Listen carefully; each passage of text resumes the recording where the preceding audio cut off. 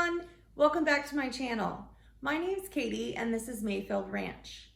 Each week I share videos on what it's like to live life here on our farm. This week I'm going to be dehydrating some blueberries and I thought I would take you all along with me to show you how I do that. So before I get started with the blueberries going into the dehydrator, there's a couple of things I do first. I make sure that they're thoroughly cleaned. I rinse them off in a big colander, let them drip drain for a little bit, and even set them out on a few paper towels or maybe a clean tea cloth if you have it, and let them dry for just a little bit while we're getting the dehydrator all set up. And then I use parchment paper in my dehydrator. So I cut that parchment paper to the correct shape for the trays so that I can have easy cleanup really. It makes it simpler. So let's jump right into the video. Hey you guys, I wanted to show you what I'm up to this Sunday afternoon. So we went to the local swap meet this morning, and it's just a local swap meet, but it's not a farmer's market. But what they do have is they do have some local growers out there selling some of their produce. So we scored, actually, from my perspective, and we got this case of blueberries. They were selling it, so I can show you what this looks like. A container. So 5 of these little containers for $5. Or you can get the case for $9, and the case has 12 containers of blueberries. So I'm gonna dry these, and I'll show you the process I use to put this in the dehydrator. We use them to make oatmeal. I'll make Gary oatmeal in the mornings, and it's kind of convenient that I can put everything together dry, and then he can just grab one and go. So it's super convenient for him, and it works for me, and he's eating a little bit healthier than some of the other pre-made options. So I'll take you along with me and show you how I dehydrate this. So to get started with the blueberries, the first thing I did is I washed them so that everything's clean, and then I put them in a colander to kind of drip dry a little bit, and then set them out on a paper towel for a little bit of extra drying time. They weren't completely dry when I started to put them in the dehydrator, but they were pretty close. So I take the blueberries and I put as much on the tray as I can get on there. My objective is to completely fill up the tray. So I have this 6-tray dehydrator, and it's pretty good. You can get quite a bit in there. But of course, since I have these 12 packs of blueberries, I want to fit as many as I can in. Dehydrating these blueberries is going to take a couple of days. So I want to get as much out of this one session as I possibly can. I am being careful as I go along here to make sure that the blueberries are not double stacked. I want to fill the tray without double stacking the blueberries. That will allow them to get dry in, I guess, a reasonable amount of time, and it still allows me to get as much in there as possible. All right, so we got all the blueberries on here. Now I showed you guys that we had 12 containers in that box in the case that we got. I was able to get 9.5 of the containers of blueberries in here. So I didn't quite get them all in here, but quite a lot. So you can see I completely filled these trays. They're full. So we gotta get them in here. And then I'm gonna just put the door on. I'll bring it in closer. We're gonna get this thing turned on.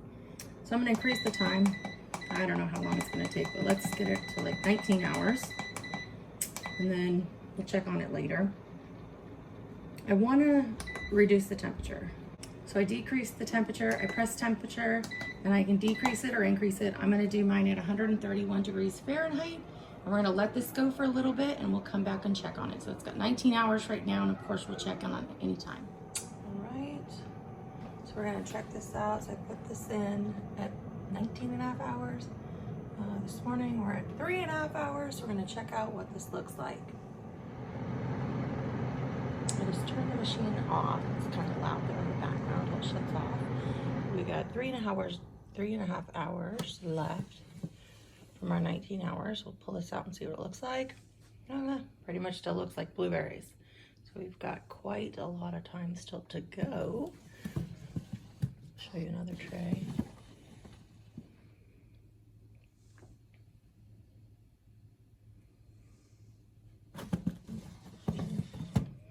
Right, so it looks good. I'm gonna turn it back on, so we'll put the lid back on. Lid back on, and turn it back on. Adjust the temperature down. And then I want to put the time. We obviously have a lot more time to go.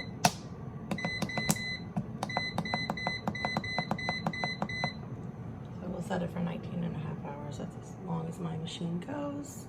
And we'll come back and check it again later. All right, I want to bring you guys back and check on the blueberries that we started. So we got these blueberries. I showed them to you on Sunday. So we got them Sunday morning and we put them in the dehydrator. I want to take a look at what they look like so far. So it is Tuesday afternoon. So these have been in here almost 2 days.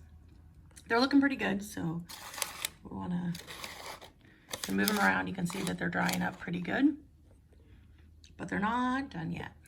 Take a look at another tray. So quite a bit smaller than I showed you when we put them in. Now I filled this up, as you saw earlier, like it was completely full. They definitely get a lot smaller as they start to dry, but it's gonna need a little bit more time. So we'll put it back on here. Put the lid in. Put the door on, I should say. And we'll just get this started again. Turn the temp back down. You can see that. And then the timer, it's set for 10 hours. That's good for now. But we'll come back and check it again. I just wanted to give you an update, and I'll come back and I'll show you when they're all done.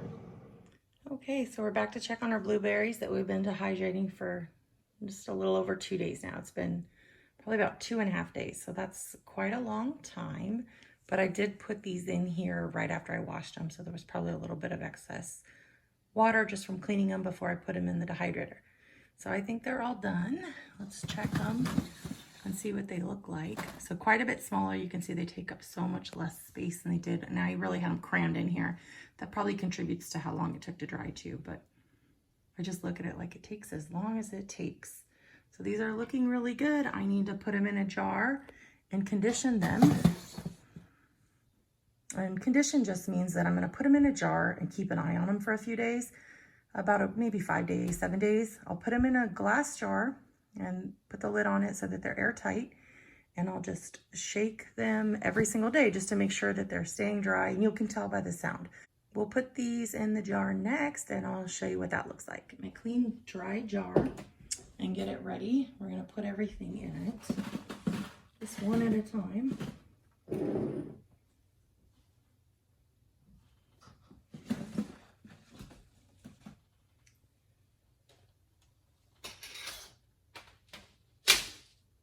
So if you guys have some type of a funnel or something like that, that might work pretty well. I'm just going to fold up the parchment paper, just grab the ends of it, and put it in the jar. See if I can get away with this without it spilling too much.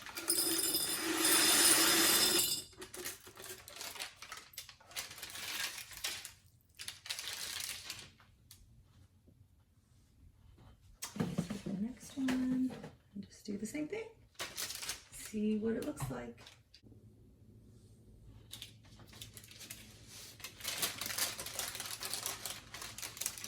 I'm just grabbing the parchment paper by the 4 corners.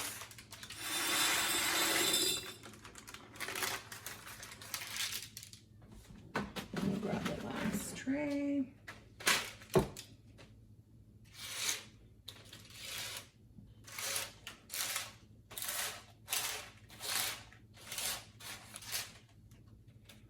And same thing again, just gonna grab the 4 corners. If you guys have a funnel, certainly that could make this process probably a little bit easier. But I'm just grabbing the parchment paper that I use to dry it on. Had I not overfilled these, it'd be a little simpler. But it does take so long to dry. I wasn't super worried about losing a few. I'm gonna put the lid on, make sure it's on. And then it's down. And again, what I'm gonna do is just leave this right out on the counter or kitchen table so I keep an eye on it for about a week. This is the sound you wanna hear. It makes a pretty distinctive sound, you know it's dry. Roll it around, there's plenty of room in this one. If you're just starting out, maybe I'd split these two so you have about an even amount of room, because you want plenty of room to be able to move it around and make sure everything's dry. You want to always look for signs that anything's sticking together. So I am pretty paranoid about this. I just over dry it. From my perspective, you really can't over dry anything. So I leave it in there until I'm completely sure it's dry. I still condition it. It's a best practice. I've never had to put anything back in and dry it again. Okay, you guys, so you saw how I dehydrate my blueberries. So just a few last tips for you. If you're doing this at home, the best tip I can give you is just take as long as you need to ensure that your fruit is completely dry. You want to make sure that you turn off the dehydrator, let everything cool down, and you're testing that level of dryness once it's cool. If you test it when it's still warm, there might be some flexibility to the fruit. So you definitely want it to cool down so that you're testing it. So that's one tip. Tip number 2 is make sure that you're using a clean, dry jar. And I typically use a glass jar with a sealing lid. Like the canning jars are perfect for long-term storage.